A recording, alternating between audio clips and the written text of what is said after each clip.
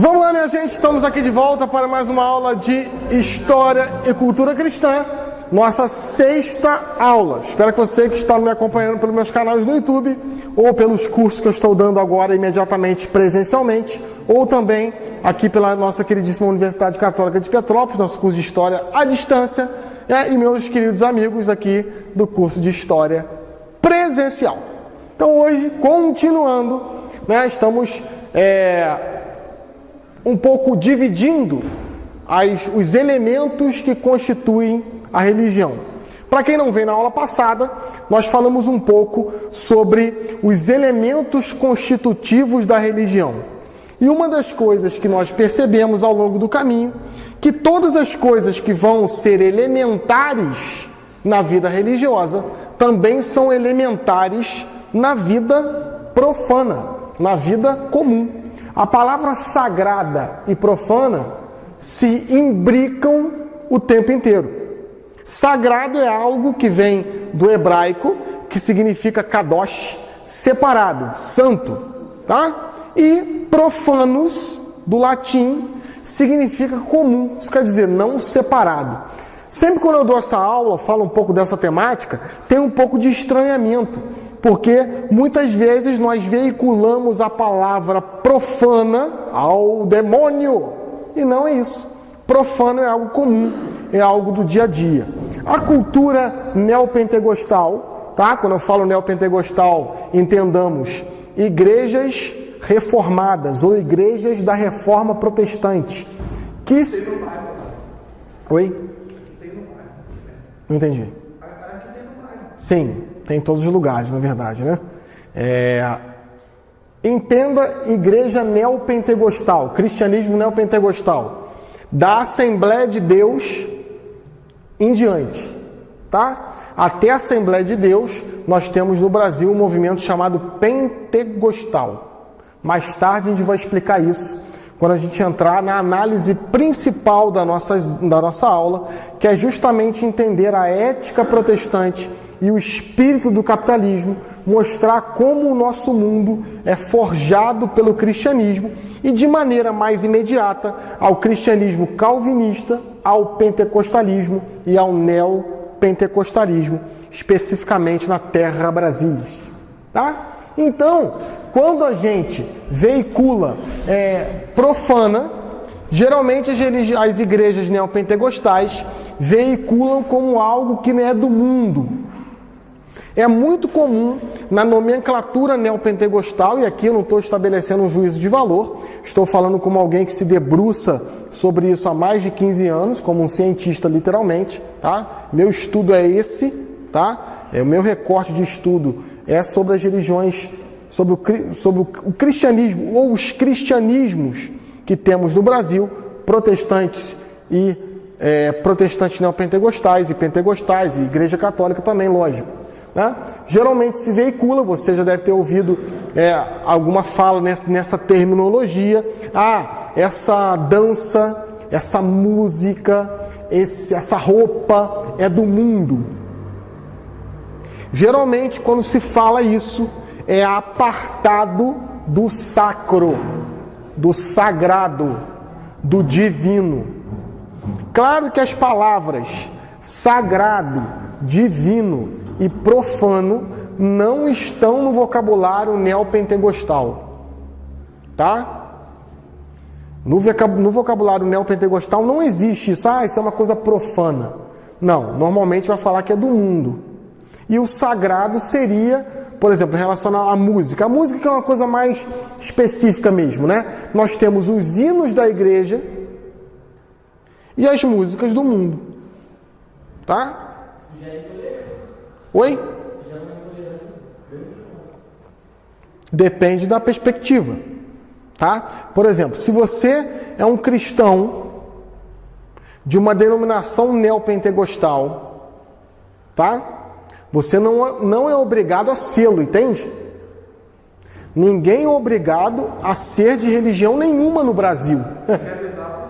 Tá? Ninguém é obrigado. Agora, se você crer, se você acredita na doutrina que emana daquela denominação cristã, automaticamente você vai aderir ao comportamento dela. Você consegue... Fui claro? Consegui me explicar? Né? Então, para quem está nas religiões neopentecostais, é visceral, é comocíssimo não escutarem músicas que não dizem respeito ao culto religioso. E isso não é intolerância para eles. Claro que nós temos que entender um pouco isso.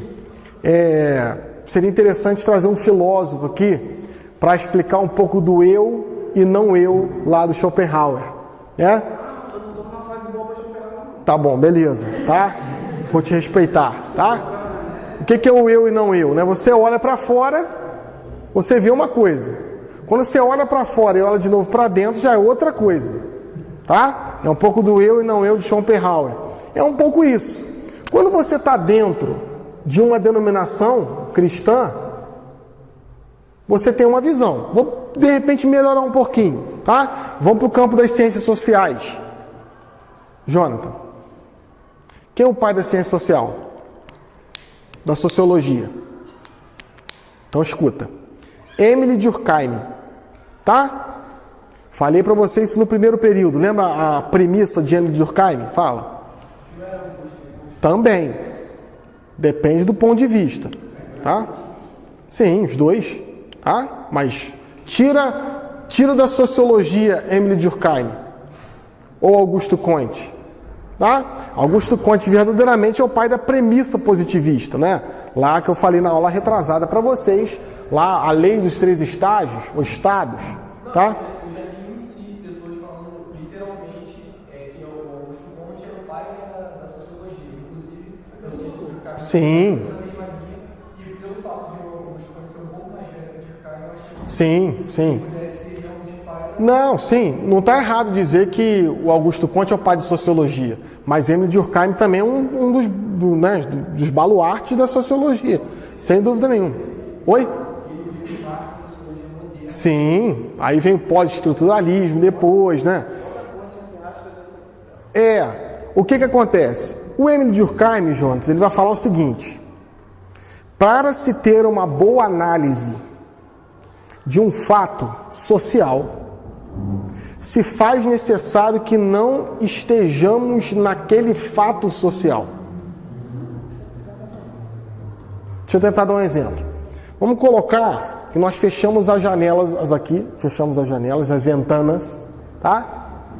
E vamos começar a conversar. De repente, Driele abre um Cheetos bolinha, né? E aí fica aquela conversa, um brigadeiro, um bolo, né? Alguém traz um Doritos, né? Alguém chega com uma pipoca de micro-ondas. Nós que estamos aqui... Nós que estamos aqui, vamos nos sentir confortáveis, por quê? Porque o cheiro foi sendo emanado aos poucos nesse ambiente que está fechado. Agora, meu amigo, quando alguém abrir a porta, vai ter um impacto daquele fedor, daquele cheiro fétido. Não é assim? Não é assim às vezes, quando a sua mãe entra no seu quarto? Nossa, abre essa janela, isso aqui está fedendo. Não é assim, Caatinga? Não é assim? Ó, por exemplo, eu tenho animais domésticos em casa. Gato, especificamente. Tem lá o Ramsés, meu gato, tá? Tem que ter um nome egípcio, né? Ramsés, né? E tem lá o Frajola, que é um gato importado, que não é o meu gato, mas é um gato que aparece lá. Eu sinto o cheiro de urina de gato a quilômetros. Porque eu tenho sensibilidade para isso. Quando eu chego em casa e o gato fez xixi aqui. Apesar de ambos serem castrados, o Frajola é um gato importado, então o Ramsés ficou preocupado e está marcando território. Olha. Então, para você analisar, você tem que sair do ambiente. Por exemplo, eu tenho uma formação toda cristã católica. Tá? Desde a minha tenra infância. Quando você me perguntar algo relacionado sobre a Igreja Católica, eu, naturalmente, vou trazer na minha resposta, no meu, anotem isso, tá? No meu lugar de fala, um impregnar. Não tem jeito. É por isso, gente, que qual foi o primeiro livro que eu indiquei para vocês no primeiro período? Apologia da História. Qual que é a cerne do Apologia da História? Apesar de ser um livro dificílimo, que é um livro que a gente vai levar a vida inteira para entender. Tá? É o livro que todo ano eu leio, releio, fico às vezes 1h30 em 3 páginas. Tá? Tá? Às vezes, você não entender o livro, você fica, às vezes, com um pouco de brio, né? Pô, se o cara escreveu e você não entende, né? Vai, volta. Agora, isso não é privilégio de vocês, às vezes, não entender os autores de primeira. Eu também não entendo, às vezes. Tá? Por exemplo, Weber. Você pega um livro que vai ser um livro base aqui, que mais tarde eu vou indicar, que é a Ética Protestante e Espírito do Capitalismo, que não é um livro, é um ensaio. É um livro complicado. Na verdade, o nosso curso vai ser um curso na tentativa de esmiuçar esse livro. Mas antes de entrar na questão weberiana especificamente, principalmente no processo de desencantamento do mundo e da ética capitalista, protestante, calvinista, nós precisamos ainda de alguns pressupostos teóricos para quando ele falar a religião cristã, nós termos noção do que é. Então, meu amigo que perguntou, né? Quando eu estou dentro, eu vejo uma coisa. Quando eu estou fora, eu vejo outra. Isso é normal. Tá? O circuito de consagração social será um tanto mais eficaz quanto maior a distância do objeto consagrado. Bourdieu citou perfeitamente. Agora cita em francês. Tô de sacanagem. Circuitier de sociales, né? Exatamente. É a frase mais consagrada de Bourdieu, né? Os circuitos sociais serão consagrados, né, da maneira com que eles forem vivenciados pelos que estão no jogo, pelos que estão no bolo social, tá? E Bourdieu vai falar isso perfeitamente, aí vai corroborar o Durkheim. Quando eu estou dentro, eu não vejo as especificidades.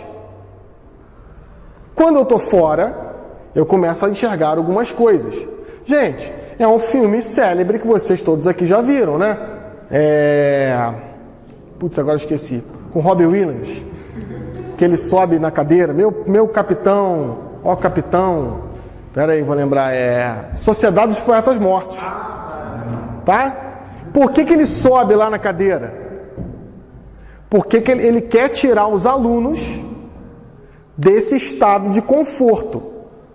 Claro que, se você pegar o relativismo é extremamente complicado. É um pouco do Bourdieu, é um pouco do Durkheim. Esses caras vão criar um processo, o próprio iluminismo em si, né, vai criar a possibilidade no futuro de ter-se um relativismo. Por quê? Eu vou colocar uma única premissa para gerar em torno de toda a humanidade, que é a razão. Quando eu crio uma única premissa, a possibilidade de alguém fugir disso é muito grande. Você cria uma prisão, tá? Aqui no iluminismo é justamente o fim da metafísica. E aí o que acontece? Com a pós-modernidade, eu vou falar que isso aqui não existe. E aí passa a ser um mundo angustiante. Por quê? Porque não existe mais a realidade. Existe a percepção sobre a realidade. Claro que a percepção sobre a realidade é importante, é lógico. Se eu sou um cristão católico, isso para mim tem muita realidade. Não fica apenas no campo da realidade, fica no campo da verdade. A gente vai entrar um pouco nisso aqui quando a gente falar de ideologia. Qual que é a diferença de imagem ideia, ideal e ideologia. Tem um abismo de diferença. O que é uma ideia? O que é uma imagem? A imagem vai projetar uma ideia, que pode ou não projetar um ideal, que pode ou não projetar uma ideologia. O que é ideal? É a imagem de uma ideia que você já viu. Simples assim. Por exemplo, o meu ideal é ser um professor de história. Qual que é a imagem que você tem de um professor? Alguém que anda com uma bolsinha, né? Você tem uma imagem romântica, não tem? Não é assim? Tem. Você tinha imagem do que era na sala de aula antes de entrar nela? Lá com o Flávio? Não tinha. A gente vai idealizar. Isso é idealizar. Tá? Agora, você tem uma imagem. Pum. Aquela imagem te projeta uma ideia. O seu ideal é ser professor. Só que assim, o ideal você já viu através da imagem e da ideia, porque você viu alguém ser professor. Você viu o Flávio ser professor, você viu o Bruno ser professor, você viu o Antônio Flávio ser professor. Eu quero ser militar. Eu já vi alguém ser militar, eu já vi alguém fardado.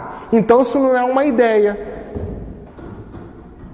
nem uma imagem, porque a imagem já tem um conceito, é um ideal.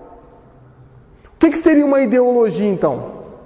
É uma imagem de uma realidade que ninguém nunca viu.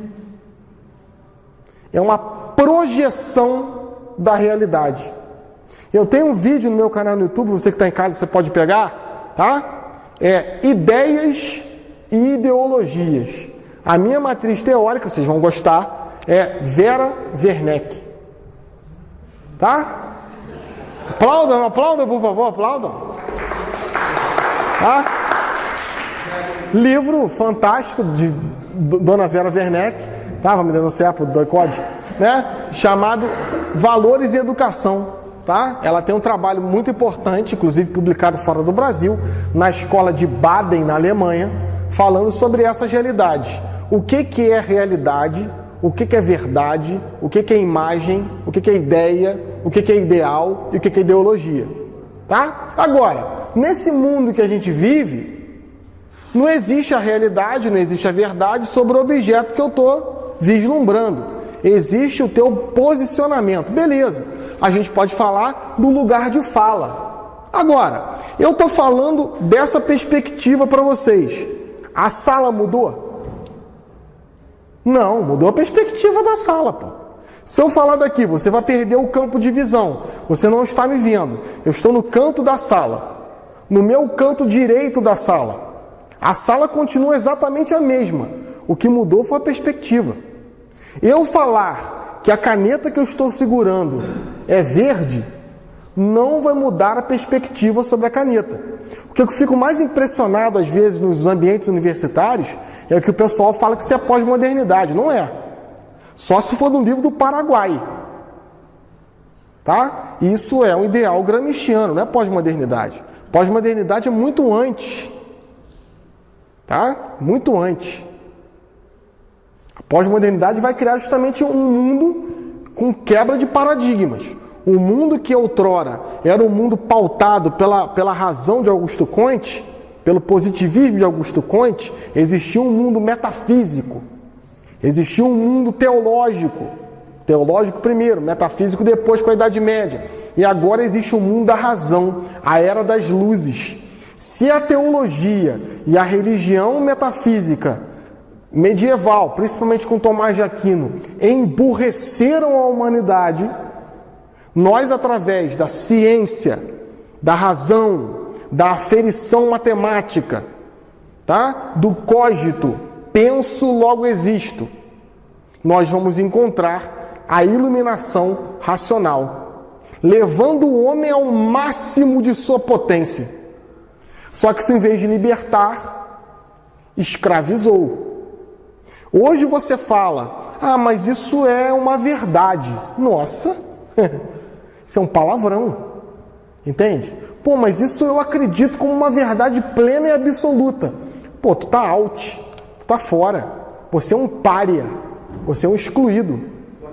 Um flamenguista, um mancha verde, um corintiano, um vascaíno. Entende? Então, o mundo que a gente vive é um mundo pautado pelas ideias. Por isso que a gente vai estudar um pouco na escola dos análises, a história das mentalidades. Então, assim, voltando aqui, claro que a gente não está saindo do tema, estamos contextualizando, né? Intolerância para quem, né? Depende. Nós falamos um pouco isso na aula passada. O que de repente para mim não é nada, para o outro é tudo, cara. E aí vem a teoria dos valores, também na escola de Baden. O que é valor? É algo que você valora. É algo que você dá uma importância. Por exemplo, você compra um sapato desse igual tô, que foi R$100 e poucos. Tá? Ó, R$150 o sapato. Esse sapato aqui vai durar no mínimo 1 ano. Daqui a pouco a gente já vai vir dar aula sozinho. Tá? Já vai até fazer o claquete. Pá, pá, pá, sozinho. Agora, esse sapato aqui tem um valor. É um sapato de couro de chinchila? Não. É um sapato feito à mão? Não. É um sapato de couro especial? Não. É um sapato com solado de madeira? Não. Percebe? Por isso que às vezes você paga R$40 numa camisa e a outra custa 500. Porque tem valores agregados ali. Ah, essa camisa é um corte italiano feito à mão. Pô, você vai agregar valor. Quem dá valor às coisas são as pessoas. Vou dar um outro exemplo aqui, em relação a isso aqui. Tem um amigo, trabalhou comigo alguns anos, amigo de Rafael Breves, tá? Fausto, professor Fausto, de física, tá? Que é um guitarrista profissional. Na verdade, eu costumo dizer para ele que ele não é um professor, ele é um guitarrista que dá aula. Tá? Uma vez, ele me dava carona para vir para a escola. Entrei no carro, ele super eufórico, feliz, porque ele tinha comprado uma pedaleira de não sei quantas posições, de não sei quantos sons e efeitos, muito obrigado, e efeitos, e que essa pedaleira já queria há muitos anos, só que era muito cara. Ele conseguiu de um amigo que estava se desfazendo e contando para mim euforicamente. Como que eu respondi ao meu amigo? Dei uma resposta à altura, uma resposta bovina. Copiando lá nosso querido professor Leandro Carnal. Porque para mim aquilo não tinha valor algum. Uma outra vez foi o contrário. Eu mostrando para ele que eu queria um livro antigo, um livro famoso, que eu não encontrava em lugar nenhum.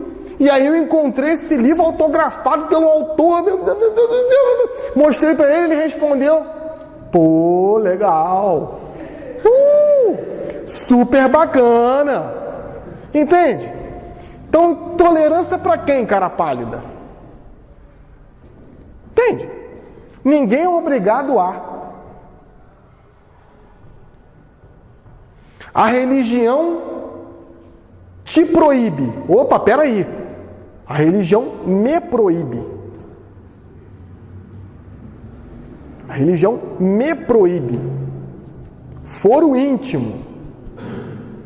Quando você quer colocar os preceitos da sua religião de goela abaixo em relação ao outro, opa, cuidado, alto lá. A religião é uma proposta.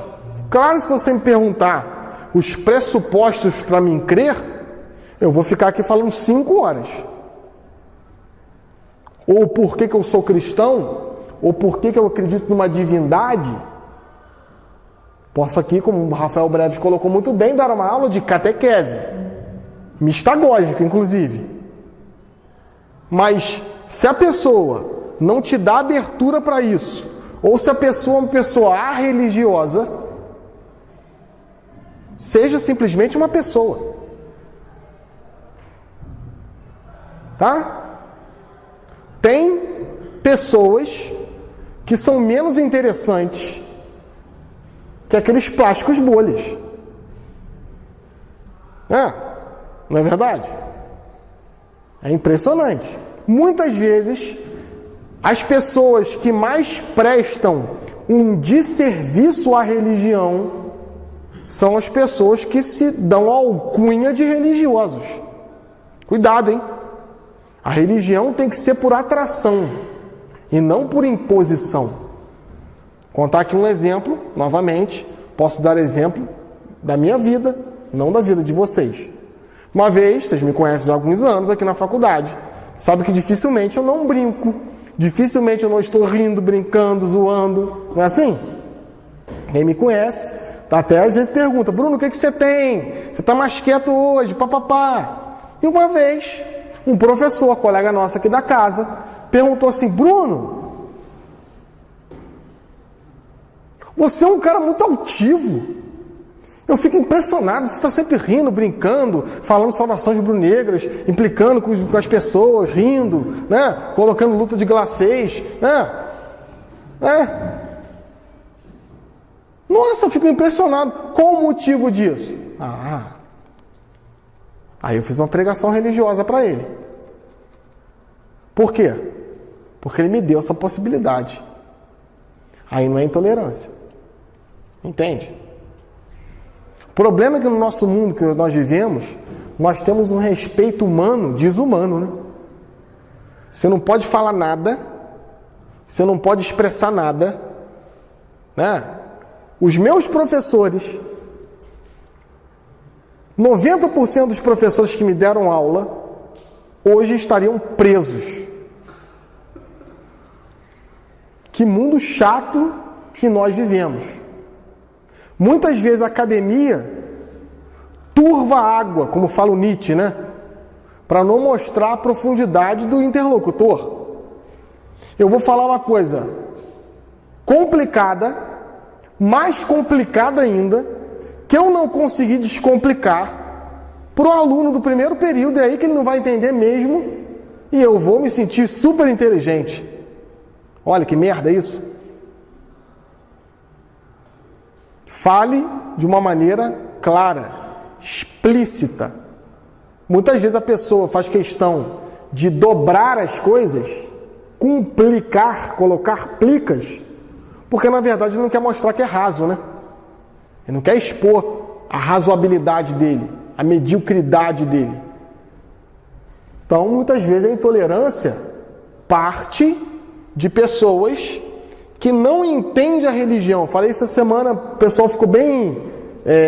causou um pouco de debate, porque é impressionante. Muitas vezes as pessoas vão falar, legislar e explicar sobre a religião simplesmente através das experiências místicas dela. Meu Deus do céu! Ou simplesmente pela vivência de fé que a pessoa tem na comunidade. Meu Deus do céu! Você pode fazer isso na tua paróquia, no culto religioso, beleza, mas não em ambientes universitários, não no nível intelectual, porque a experiência religiosa que nós vimos aqui anteriormente é extremamente individualizada, mesmo em uma religião. Por exemplo, pegar aqui a Igreja Católica. Catos vem do grego, que significa universal. A Igreja Católica tem normas e regras muito estabelecidas, que começaram a ser compiladas desde o primeiro século da nossa era. Tá? Desde o primeiro século. Nós temos normas e regras dentro da Igreja Católica, nós, porque eu sou batizado, eu não fui batizado, eu continuo batizado. Nós temos normas e regras extremamente estabelecidas desde o século I. Já no ano 54, Pedro e Paulo decidiu se ia fazer circuncisão ou se ia batizar.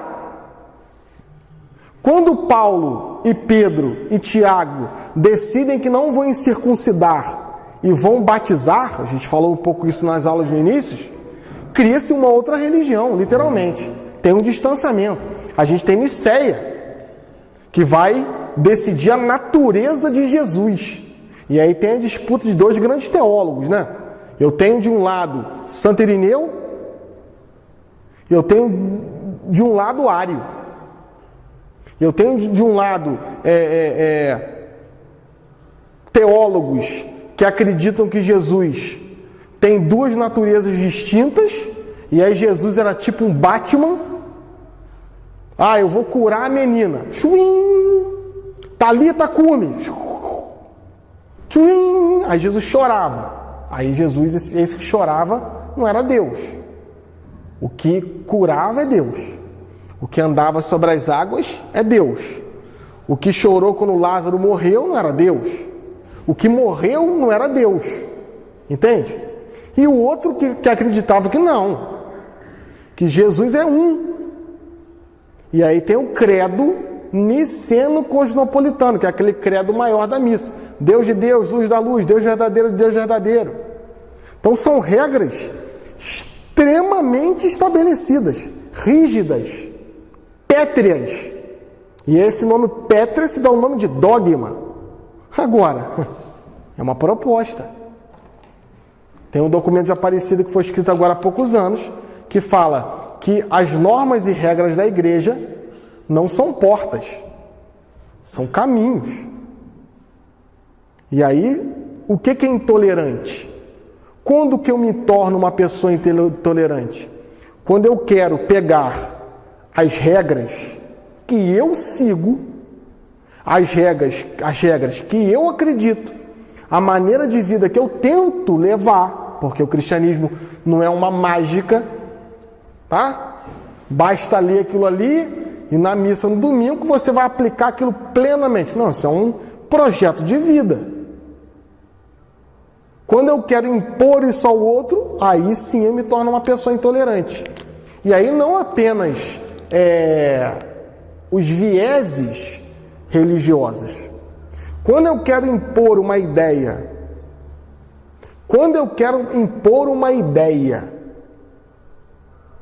que não tem um ideal, isso quer dizer, nunca ninguém viu aquilo, à força, isso se torna uma ideologia. É lógico. Tá? Alguém já viu a partilha igualitária de bens em algum lugar? Quando eu imponho isso e não existe outro caminho para a sociedade, isso é extremamente ideológico. A religião pode se tornar ideológica? Lógico. Quando eu falo que só a minha salva, que só a minha é o caminho verdadeiro, que se você não está na minha, você está excluído da graça de Deus. Olha, toda ideia, todo pensamento pode se tornar uma ideologia, se imposto. Tá? Isso aqui a gente já falamos. Uma outra coisa interessante é o espaço religioso. Toda religião, seja ela a mais complexa ou a mais simples, seja ela uma religião letrada ou iletrada, e a gente vai dividir as religiões do mundo dessa forma. Por que muitas vezes nós temos intolerância com religiões que não têm processo de letramento? Porque nós temos uma cultura letrada. Lógico. Por que no decorrer do cristianismo foi se compilando os escritos bíblicos? Porque eu queria converter uma sociedade letrada.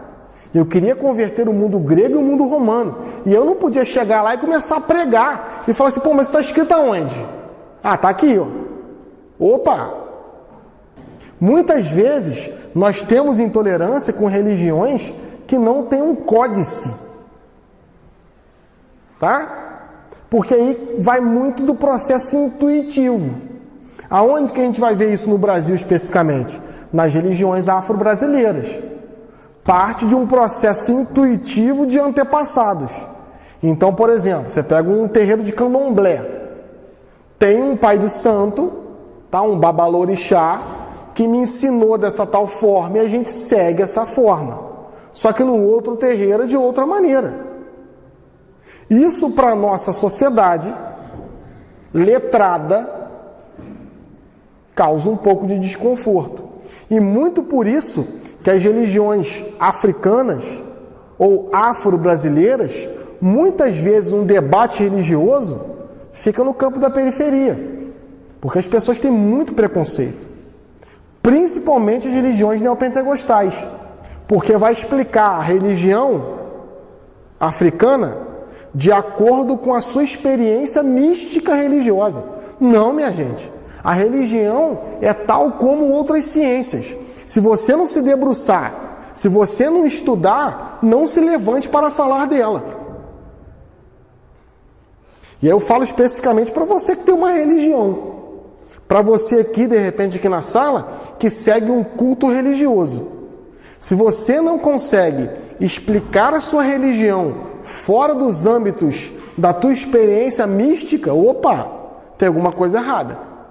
Você não entende, você sente. E o sentimento pode existir hoje e não amanhã. E aí você muda a religião? Quem não entende o que é, não merece crer. Ou na verdade, né?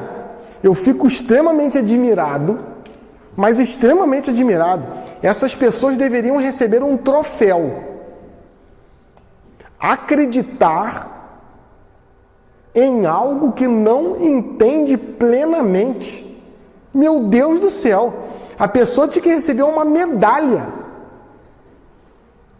Porque assim, é uma adesão de fé débil. Entende? É uma adesão de fé pueril. Nossa, se eu não tivesse argumentos concretos para crer, eu, Bruno, particularmente, foro íntimo, eu seria o primeiro a não acreditar. Me desbatiza.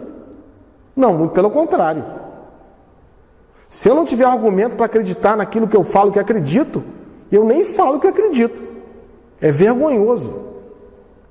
Muitas vezes, nossas religiões, nossas igrejas cristãs, e aí religiões como um todo, são enxertadas de um pietismo e que não se aprofundam no mistério, não se aprofundam nos estudos. E aí fica no campo da intuição. Eu acho que... E aí sim é mais intolerância ainda. Quando você acredita em algo que você não entende, meu Deus do céu. É a mesma coisa você querer debater aqui com as grandes temáticas da história, do historicismo, tá? Como Luta de Glaceis, que eu botei ali no quadro, tá? Sem ter lido o Capital do Marx. O que você leu de Marx foi a orelha, né? O que é a orelha do livro? A orelha. Você leu a orelha. Ou você leu alguém que leu Marx. E não necessariamente um livro, entende? Não necessariamente um livro. Você leu a pessoa que leu Marx. A pessoa te contou 3 ou 4 histórias e você acha agora que entende sobre Marx. Ou a pessoa te contou algumas histórias sobre o cristianismo e você acha agora que sabe do cristianismo, sem ler as fontes primárias. A pessoa te contou 3 ou 4 histórias sobre o judaísmo e agora você acredita que sabe sobre o judaísmo. Não ler é muito perigoso. Uma tirinha da Mafalda, né? Não ler é extremamente perigoso, porque nos faz ter que acreditar em tudo que nos contam, pô. Se você não leu, vem qualquer um, conta uma história para você e você acredita. Minha falecida mãe, eu te dou a palavra, minha falecida mãe, que Deus a tenha em um bom lugar, quando estava no seminário, Primeiro ano de seminário, você fica um ano interno, né? Quando eu voltei, fui rezar lá as orações das vésperas, no breviário. Eu falei, mãe, vem aqui rezar comigo. Aí, muito empolgado com o seminário, terminou a oração. Eu falei, mãe, agora a gente reza o Pai Nosso. Aí ela começou, Pai Nosso. Eu falei, não, mãe, deixa eu rezar em latim. Aí eu, Preceptus salutaritis noniti, et divina institutione formate, laudemus dicere, Pater Noster. Quando terminei, minha mãe estava chorando. Nossa, meu filho, que lindo. O que é isso? Eu falei, latim, mãe. Tá. Eu nunca ouvi latim na vida.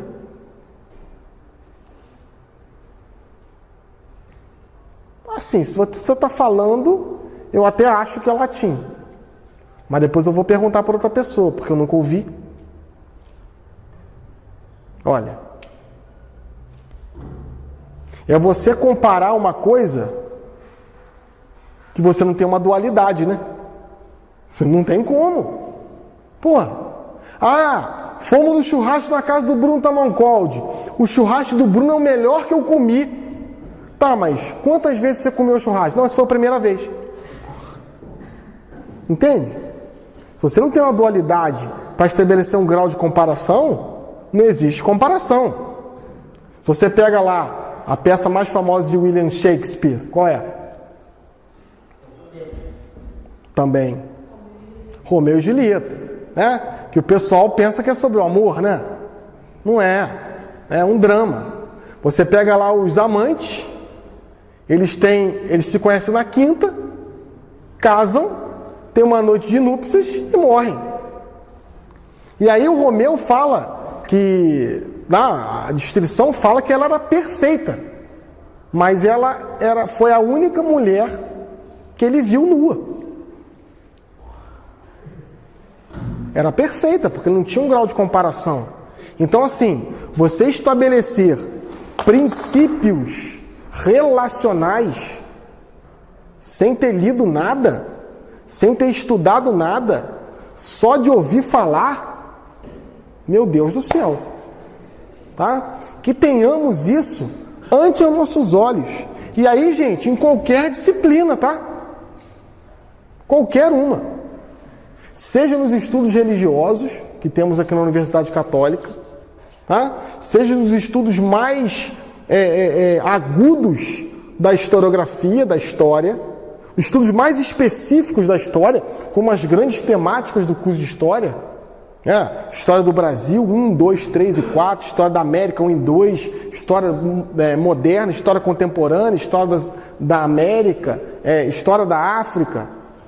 Não se contentar simplesmente com o que dizem de alguém que diz que leu aquilo. Fala, querido.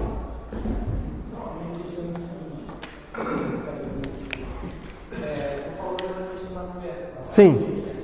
A fé que a gente tem também, como o professor falou sobre o lugar de fala, a relação do clássico, da ideia do conceito em si que ele quer explicar para a gente, que descomplica aquilo, a gente parte do pressuposto justamente dessa fé na prova que ele estudou bastante para estar falando para a gente isso. Então, quando ele ensina aquilo, tu acha que seria errado a gente pegar e falar que a gente sabe o que é multiplicação, que ele ensinou para a gente? Não necessariamente. Eu falei aqui no outro contexto.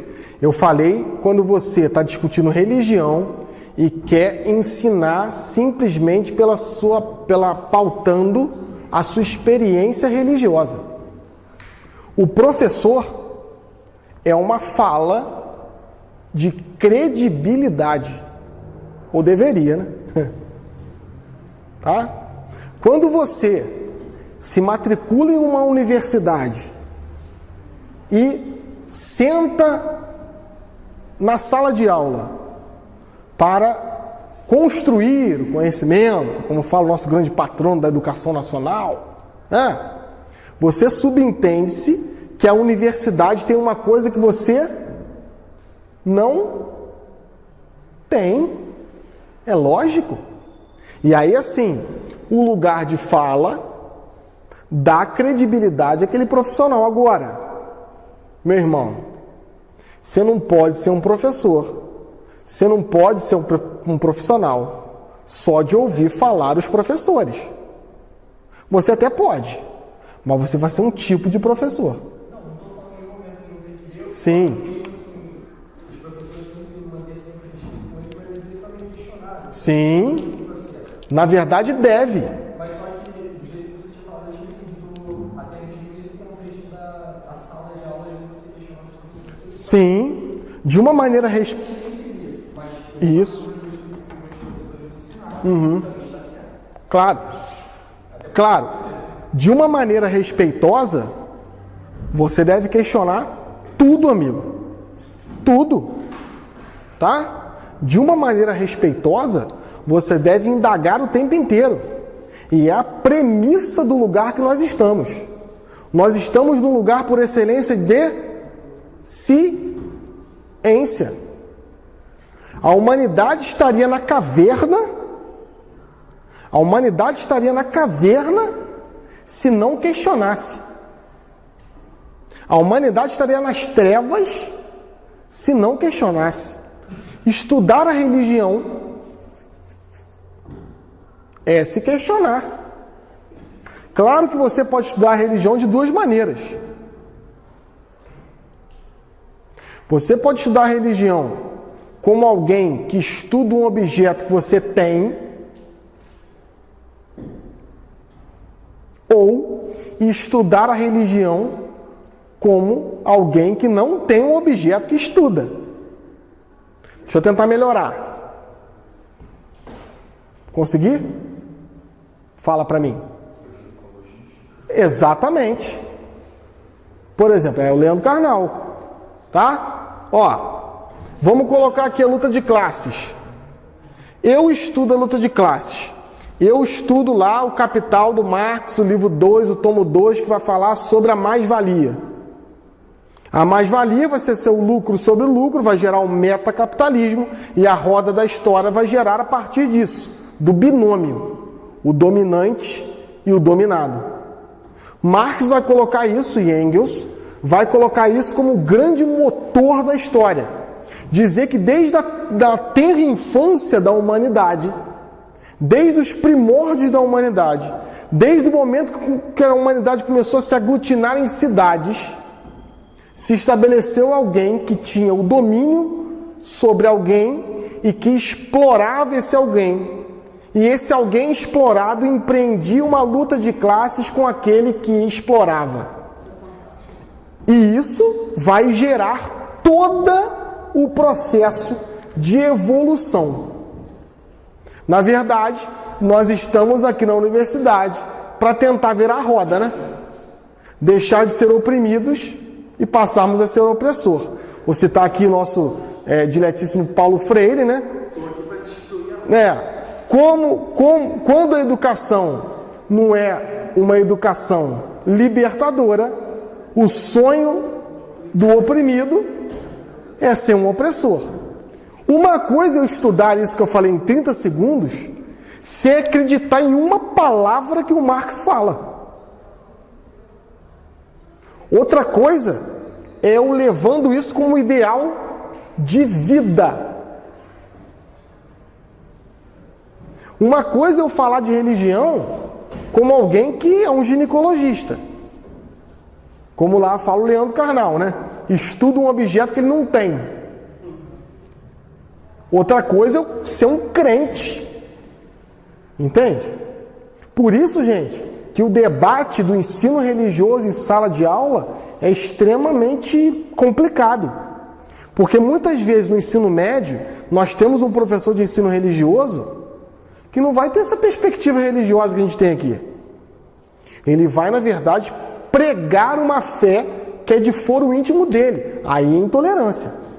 Porque eu não quero saber se o cara não é religioso, se o cara é budista, se o cara é cristão neopentecostal. Não, eu vou ensinar aqui a Igreja Católica. Nós estamos aqui numa universidade católica, eu vou falar simplesmente dos dogmas da Igreja Católica. E aí eu seria intolerante. Entende? Agora, o questionamento é salutar. Salutar. Questione-se. Primeiro questione-se a si mesmo. Conhece a ti mesmo. É lá o oráculo de Delfos, né? Hoje a gente está avançando um pouquinho mais. Outra coisa que a gente tem, falando do espaço, né? Por exemplo, Israel, né? Dificilmente, e aí é interessante, né? De pegar a oração da Bíblia que Jesus fala para Filipe, né? Muito interessante o diálogo bíblico entre Filipe e Jesus. Filipe pergunta para Jesus o seguinte: Jesus, quando você vai nos mostrar Deus? Quando que você vai nos mostrar o Pai? E aí Jesus fica irado com Filipe. Filipe, eu tenho feito milagres na sua frente. E você me pergunta para mostrar Deus? Quem vê a mim, vê Deus. Quem vê a mim, vê o Pai. E aí Filipe pergunta para ele: então Jesus pede, né? Ensina-nos a orar. Como é que ele começa? Pai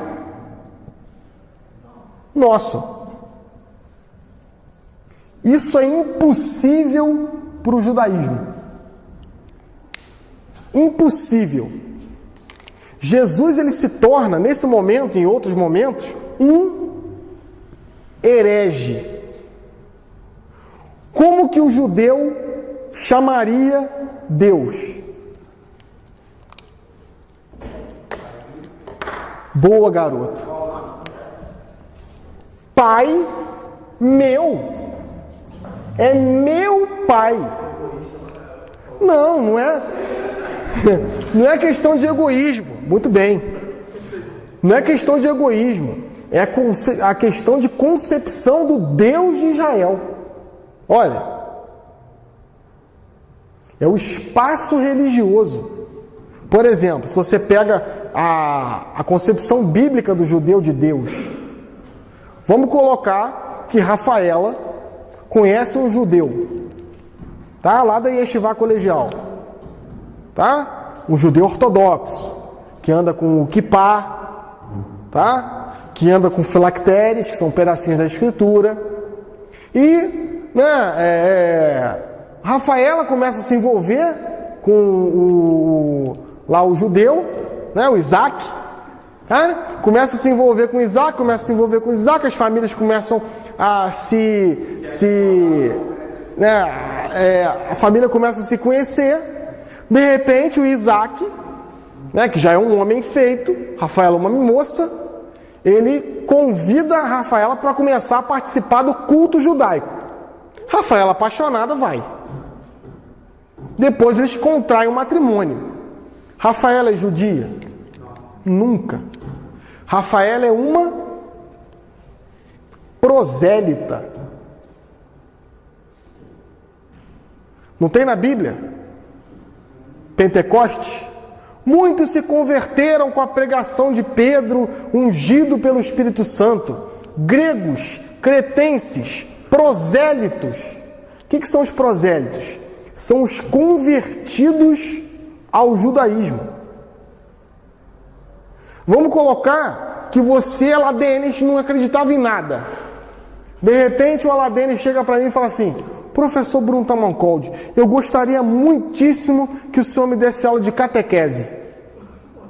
Aladenes vai ser batizado, Aladenes vai fazer a primeira comunhão, Aladenes vai fazer o crisma. Aladenes se torna automaticamente um cristão. Ele nunca seria um judeu convertido. Um judeu. Agora, o filho de Isaac com Rafaela é um judeu. Porque tem sangue judaico.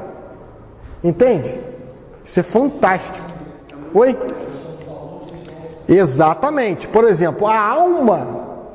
Quem vai trazer a concepção de alma para o nosso mundo é o mundo grego, tá? O judeu, sangue. Por isso que o judeu não pode... Eu falei isso já algumas vezes. O judeu não pode tocar no sangue porque o sangue é a vida. Quem vai trazer essa concepção de alma são os gregos, que Paulo vai trazer nas suas cartas. Principalmente na carta à comunidade portuária de Tessalônica. Primeira e segunda carta aos Tessalonicenses. Ele vai falar em 1 e 2 Coríntios também, né? Vai falar a diversidade de dons, mas um só é o Espírito. Vai falar do ruá, que não é o sangue. E aí, quando eu batizo a pessoa, eu dou a possibilidade de qualquer um ser aquilo. Aqui não. Tá? É interessante, são os aspectos da religião. O tempo também religioso é reversível. Nós temos 2 exemplos capitais disso. Nós temos a Pascuela, a Páscoa, tá? Que o judeu entra em tendas, e nós temos a missa católica, um tempo reversível. Fala. Mas isso não pode levar a religião judaica à extinção? Sim, pode. Só que assim, eu estou falando dos ortodoxos, tá? A religião judaica é a religião, uma das mais ramificadas que existe. Se você pegar as 3 religiões monoteístas, cito, judaísmo, cristianismo e islamismo, o cristianismo é uma religião extremamente unificada. Mas extremamente. Quer ver um exemplo? Você vai aqui e esbarra com um padre aqui da nossa universidade e pergunta: padre, quem é Jesus? Você está andando ali, encontra com o tio da Rafaela na igreja metodista wesleyana. Pastor, pode sair. Pastor, quem é Jesus? Pagou, né? Não tem importância não. Pastor, quem é Jesus? Você vai lá na igreja do Bruno e pergunta: pastor, quem é Jesus? Você vai na igreja metodista tradicional, lá muito querida, muitos amigos. Chega lá, pastor Guto, quem é Jesus? Todas as denominações cristãs vão falar a mesma coisa. Uníssono. Jesus Cristo é o Filho de Deus vivo. Et verbum carum factum est. E o verbo se fez carne e habitou entre nós. Agora pergunta para um judeu quem é Deus. Cada um vai falar de um jeito. Se eu sou judeu messiânico, eu vou falar de um jeito. Se eu sou judeu renovado, de outro jeito. Se eu sou islâmico, o xiita vai falar uma coisa, o sunita vai falar outra.